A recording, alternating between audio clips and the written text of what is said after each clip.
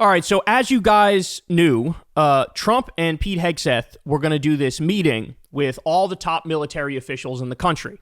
And it was happening in Virginia. And we got word that, what's going to happen is they're going to give a speech on the warrior ethos and how we're re-embracing the warrior ethos. This is what the word was. And then we learned that at the last minute that, Trump is actually going to join the meeting.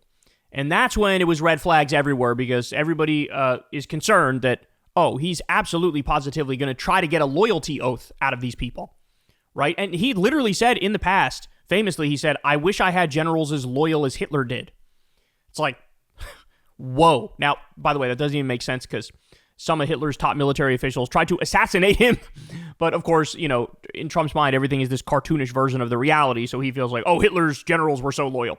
Well, anyway, just terrifying stuff. And there's no doubt he wants a loyalty pledge out of them. But what I didn't factor is that these are the dumbest and most incompetent people on the planet. So, they're more than likely to fuck up literally anything they want to do. And so there were cameras at this event, and it just became like a fucking rally speech for Trump. And it was like Hegseth was like lecturing them about, the new rules and regulations that he was trying to put into effect. And so this was a disaster, bro. They humiliated themselves. This was embarrassing. I have no doubt that every general in that room, every admiral in that room, they were all looking at each other like, what the fuck are we doing here? I traveled halfway across the world for this? All right, so now let's walk through it. Let's start with Hegseth. And we got a lot of clips to get to, by the way, but this is Hegseth doing his little spiel on no more identity politics. We're done with identity politics, y'all. Here we go. To remove the social justice, politically correct, and toxic ideological garbage that had infected our department. To rip out the politics. No more identity months, DEI offices, dudes in dresses.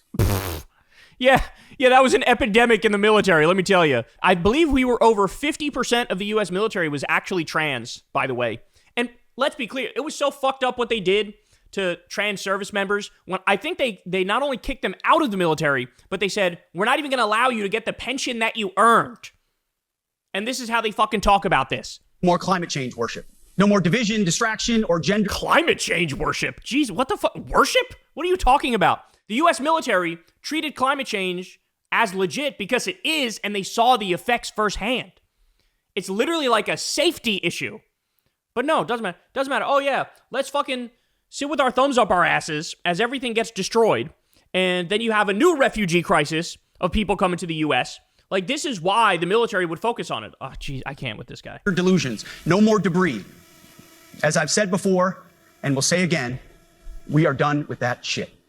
You could tell he's like desperately looking for the approval of the audience, and the audience is simply not giving it to him. All right, more. And as history teaches us, the only people who actually deserve peace are those who are willing to wage war to defend it.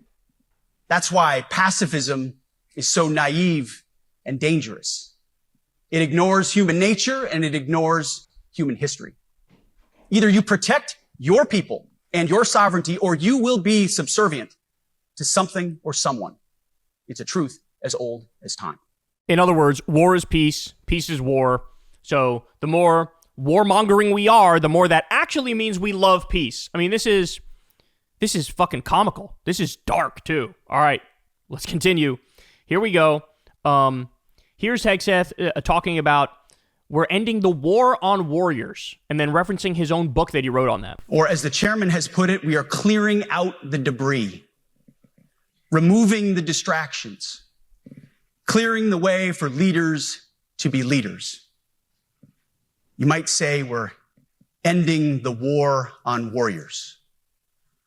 I heard someone wrote a book about that. Oh, this is hard to watch. You could hear a pin drop in that audience. Self-promotion at this event. Now, as Jonathan Chait points out, I read the book. It's a justification for war crimes and treating American liberals as a military target. And by the way, let's also be clear, most of the people in that room don't even know that this fucking asshole wrote a book. He does this whole thing, we're going to be manly again, bro. We're going to be manly again. We're going to do physical stuff again. That's what we're going to do. Meanwhile, he's the guy who had it ordered to put a fucking makeup station at the Department of Defense in his office. Now, he rails against the rules of engagement In other words, international law, schminternational law. Fuck that. You guys can kill whoever you want and we'll get your back. We fight to win. We unleash overwhelming and punishing violence on the enemy. We also don't fight with stupid rules of engagement. Ugh.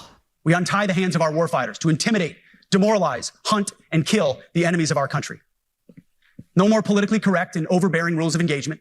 Think about how dark this is, bro.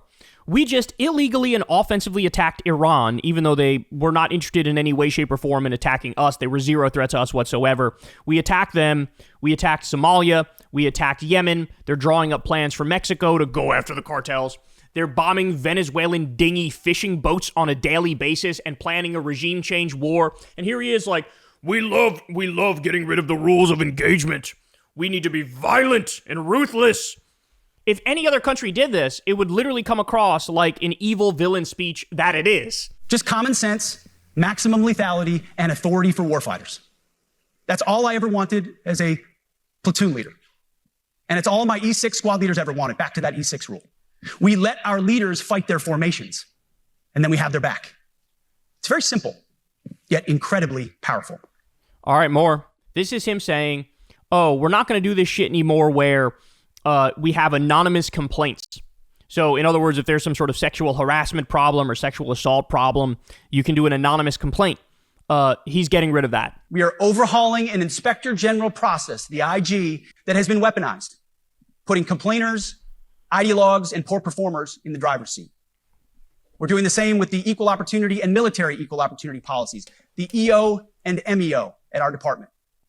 No more frivolous complaints, no more anonymous complaints, no more repeat complainants, no more smearing reputations, no more endless waiting, no more legal limbo, no more sidetracking careers, no more walking on eggshells.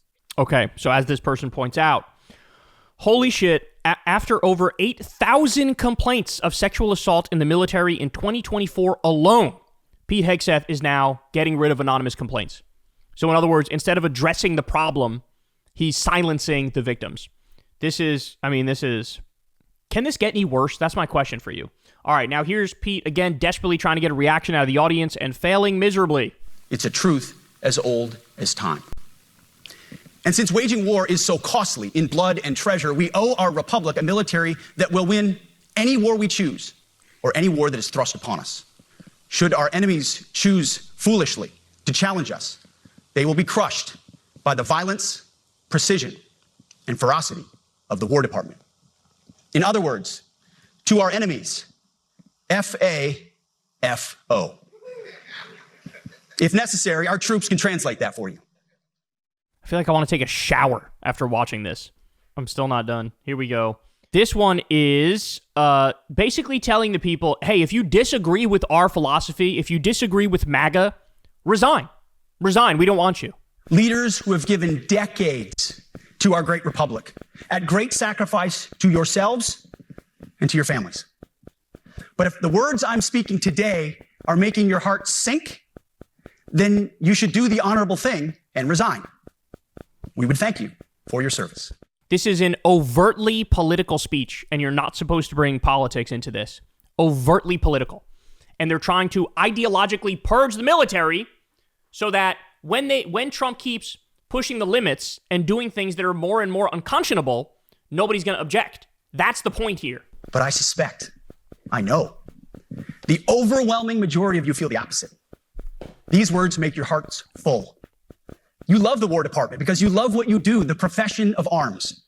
You are hereby liberated to be an apolitical, hard-charging, no-nonsense constitutional leader that you joined the military to be. Trump shits on the Constitution every day. What are you talking about? He literally said we should terminate the Constitution. That's what he said. He's got Trump 2028 hats that he's fucking trotting around with. Oh my God, bro, I can't. And he literally said, after saying, if you disagree with us, resign, he goes on to say, you guys got to be apolitical. What? You just made it overtly political. So now he goes into the new standards that he's putting in place. This also means grooming standards. No more beards, long hair, superficial individual expression. We're going to cut our hair, shave our beards, and adhere to standards. I mean, first of all, I honestly, and maybe this is naive of me, But I thought that those rules never went away. I thought that it was always the case that, you had to be like clean shaven if you're a guy in the military. Maybe I'm wrong. But here's a guy who's got like Christian Crusader tattoos all over him going, individual expression. We don't allow any of that. You're fucking tatted up like, oh my God. Because it's like the broken windows theory of policing. It's like when you let the small stuff go, the big stuff eventually goes. So you have to address the small stuff. This is on duty, in the field, and in the rear. If you want a beard, you can join special forces. Why would the logic not hold for special forces? If there's some like actual reason why you think, hey, we got to be disciplined so everybody's got to like look the same or whatever, why would that not also apply to special forces? Jesus Christ. We don't have a military full of Nordic pagans. But unfortunately, we have had leaders who either refuse to call BS and enforce standards, or leaders who felt like they were not allowed to enforce standards. Both are unacceptable. And that's why today, at my direction, the era of unprofessional appearance is over.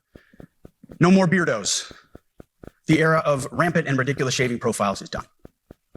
Simply put, if you do not meet the male-level physical standards for combat positions, cannot pass a PT test, or don't want to shave and look professional, it's time for a new position or a new profession. So now here's where he says, bro, fat shaming is definitely the way to go. Watch this. It all starts with physical fitness and appearance. If the Secretary That's the audio from the event that's fucked up, by the way. of War can do regular, hard PT, so can every member of our joint force. Frankly, it's tiring to look out at combat formations, or really any formation, and see fat troops. Likewise, it's completely unacceptable to see fat generals and admirals in the halls of the Pentagon and leading commands around the country and the world. It's a bad look. It is bad, and it's not who we are. I find this shit so weird, right? Because you could have some brilliant military mastermind that understands like the chess of the battlefield, right? And he could be overweight. Like, why does that matter to you? It almost reminds me of like the Joe Rogan theory of medicine, where he's like, if that doctor's out of shape, I'm not fucking listening to them. I know better than them. Like that, and it's like a dumb guy's reaction to the world, right? Like, if you don't look the part, then what the fuck, bro? It's like, you could have some fat military genius, but no, I don't know. This is so babyish. So whether you're an airborne ranger or a chairborne ranger, a brand new private or a 4-star general, you need to meet the height and weight standards and pass your PT test.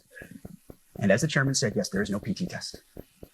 But today, at my direction, every member of the joint force at every rank is required to take a PT test twice a year. Oh, they're gonna love this, bro. Oh, they're so stupid. Imagine ordering a meeting with all the top generals and admirals and highest military officials, and then in that meeting, you start lecturing them and berating them, saying they're too fat, they're too out of shape, and now they got to do 2 physical tests per year.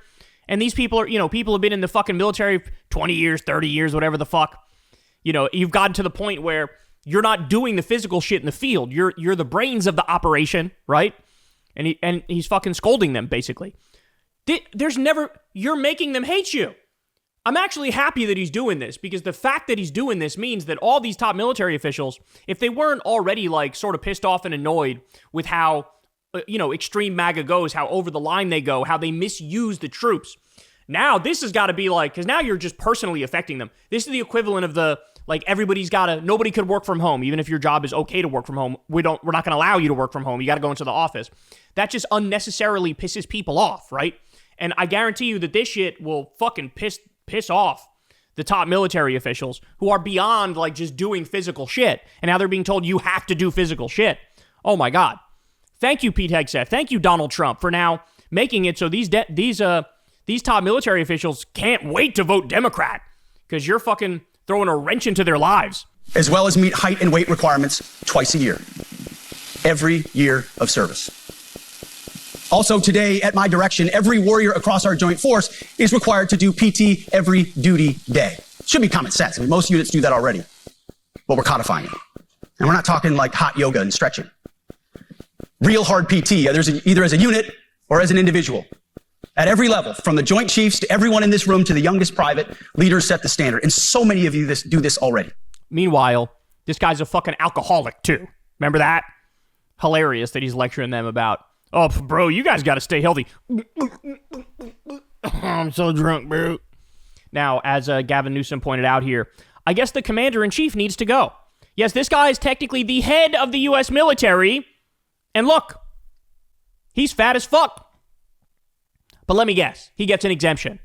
Shocker. Shocker. All right. Still not done. Then we get this. After 40 minutes of cringe, he's expecting thunderous applause from the generals, and this happens. Move out and draw fire.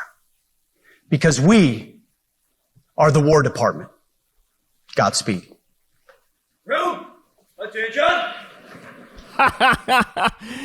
When he realized he was going to get no reaction, you saw his face? His face was so dejected. Godspeed. Room! Attention! Look at his face.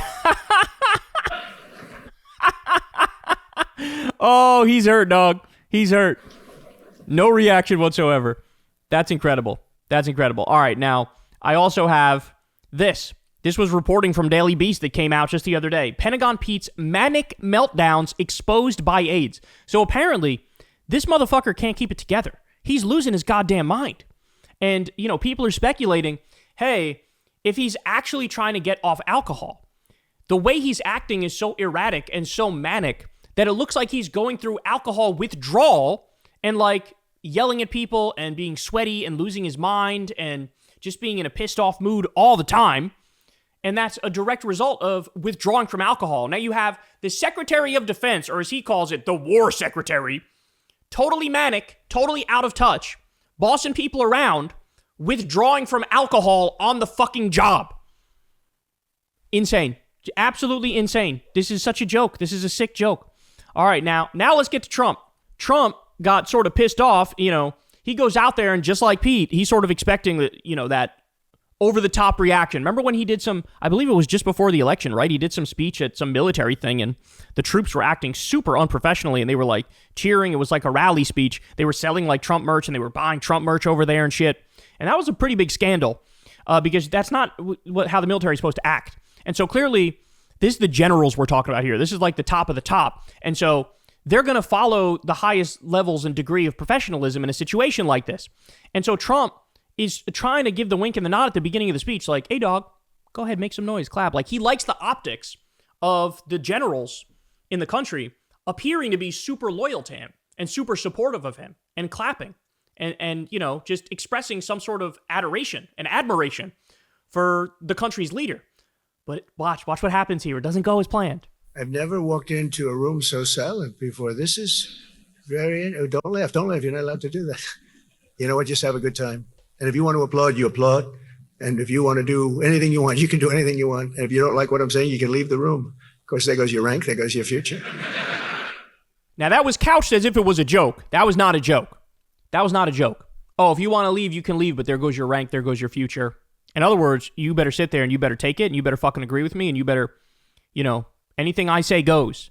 And he's letting him know, hey, yeah, go ahead, applause, cheer, laugh, whatever. Have a good time. Do whatever you want. Do whatever you want. Now, they were told before they went in there, you can't do that. You got to uphold the highest levels of professionalism, right? But here he's like, no, fuck that.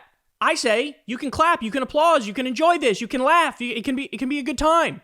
Because, again, he wants the impression of, look, I got all the fucking generals with me too, bro. I can do whatever I want. I can order them to fucking invade Cleveland and lock it down. I can do whatever the fuck I want. This is what he's doing here. But that didn't go as planned. That was very fucking quiet. All right, more. Trump to the generals. This is a low-key threat. Listen to this. And General Kane, all of the people that I've met that have been lifted up in rank. And we got many of them out of here, too. I'll be honest with you. Didn't like doing it, but we got many of you out of here because we weren't satisfied. We know everything about everybody. We know everything about everybody. If you don't have the right politics, watch the fuck out. Now we get to the outwardly fascist and authoritarian portion. Here we go. Only in recent decades did politicians somehow come to believe that our job is to police the far reaches of Kenya and Somalia, while America is... You're bombing Somalia! Oh my God. He's literally bombing Somalia. He's doing it now, right now, this term. He also bombed Iran. He also bombed Yemen. Oh my God, I'm gonna lose it. Under invasion from within. We're under invasion from within.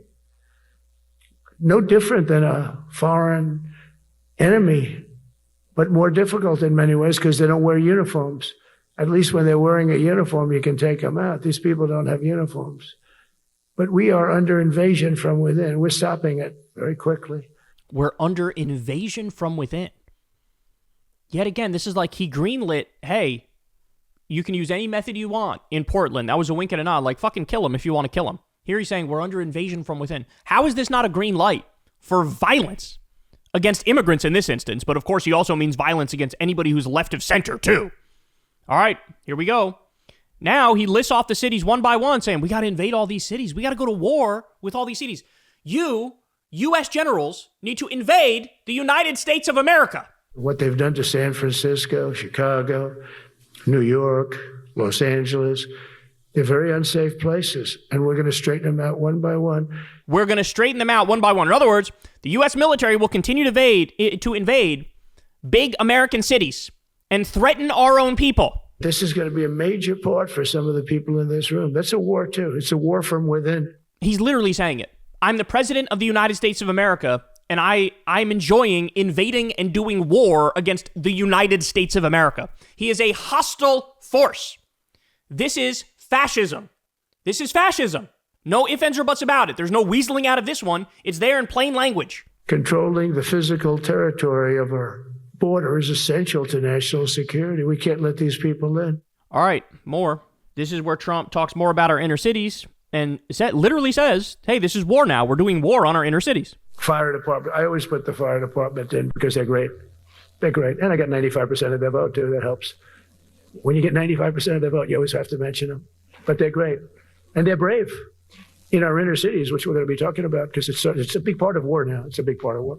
But the firemen go up on ladders and you have people. See, the inner cities, it's a big part of war now. It's a big part of war.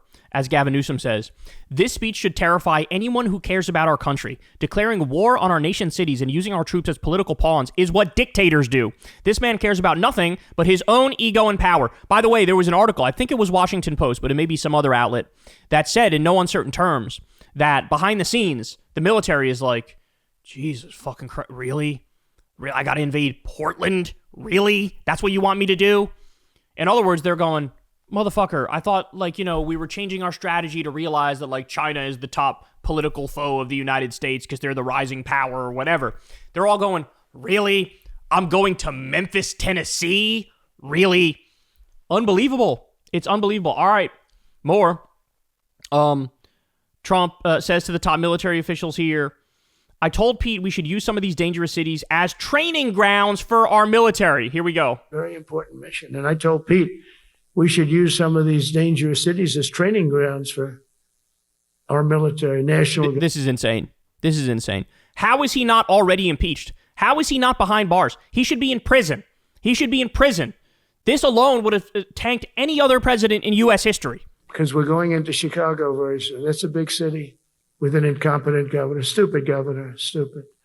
They threw him out of his family business. He was so stupid. I know the family. He becomes governor. He's got money.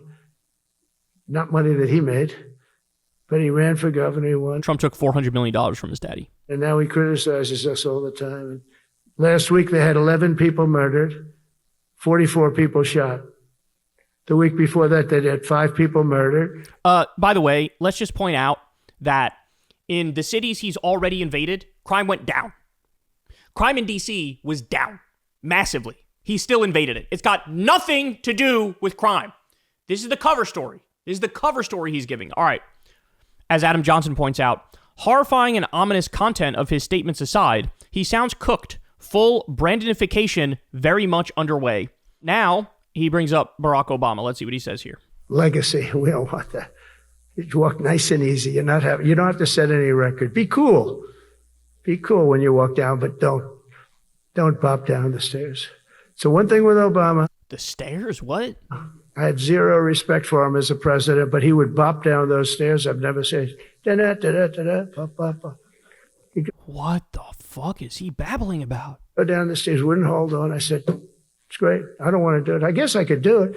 But eventually, bad things are going to happen. And it only takes once. But he did a lousy job as president. He's literally explaining how he's jealous of how easy it was for Barack Obama to go up and down stairs, probably into Air Force One. Well, yeah, he's a lot fucking younger than you. But this guy has sat there and looked at Obama going up and down stairs and been jealous of that to the point where he brings it up in his speech. Oh, my God. All right, more. Here we go. That's enough to buy a lot of battleships, Admiral, to use an old term. How is that an old term? How is battleships or admiral? Like, which? Those are not old terms. What are you talking about? Maybe start thinking about battleships, by the way. You know, we have a Secretary of the Navy came to me because I look at the Iowa out in California and I look at different ships and the old pictures. I used to watch Victory at Sea. I love Victory at Sea. Look at these admirals. It's got to be your all-time in black and white. And I look at those ships. They came with the destroyers alongside of them, and man, nothing was going to stop. They were 20 deep, and they were in a straight line, and there was nothing going to stop them. And we actually talk about, you know, those ships. Some people would say, no, that's old technology. I don't know. I don't think it's old technology when you look at those guns. But it's something we're actually considering, the concept of battleship. It's something we're actually considering, the concept of battleship. What does that mean? What does that mean? They're not kidding. This is full. He's not there, bro. Mentally, he's struggling. He's bombing. But it's something we're actually considering, the concept of battleship. Nice 6-inch sides, solid steel, not aluminum. Aluminum that melts if it looks at a missile coming at it. It starts melting as the missile's about 2 miles away. Now, those ships, they don't make them that way anymore, but you look at it and your secretary likes it, and I'm sort of open to it. Bruh, what is going on? And bullets are a lot less expensive than missiles. A lot of reasons. I should take a vote, but I'm afraid to take that vote because I may get voted out on that one. But I tell you, it's something we're seriously considering. What are you considering? Oh my God, his brain is so gone. It is so gone. There were powers. There were big powers. They were just about as mean and scary as you could be. And so we're looking at that. And I also have this. And this one right here, y'all, this one right here, this is the only true thing he said all day. Ready? I thought would be met with fury on the left, but they're sort of giving up, I must be honest with you. They've had it. They've had it with Trump. They've been after me for so many years now. Here we are. Come to the White House anytime you'd like.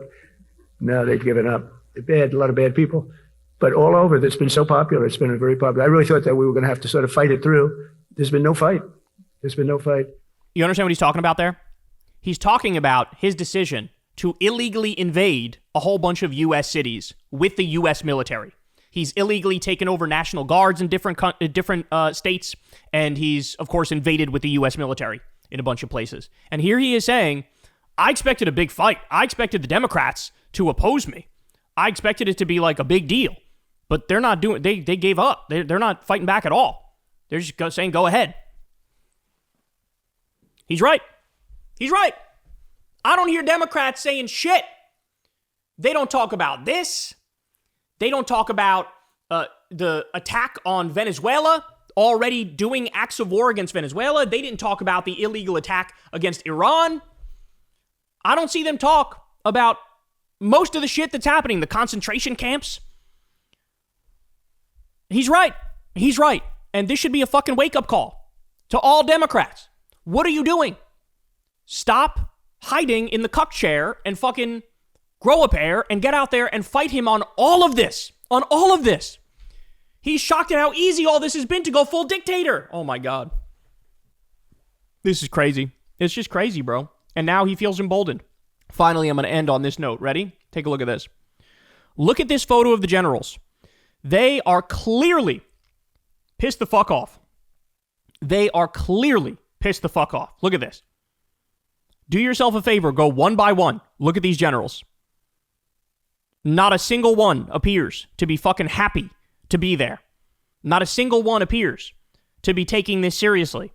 Not a single one appears to think this is on the up and up and acceptable.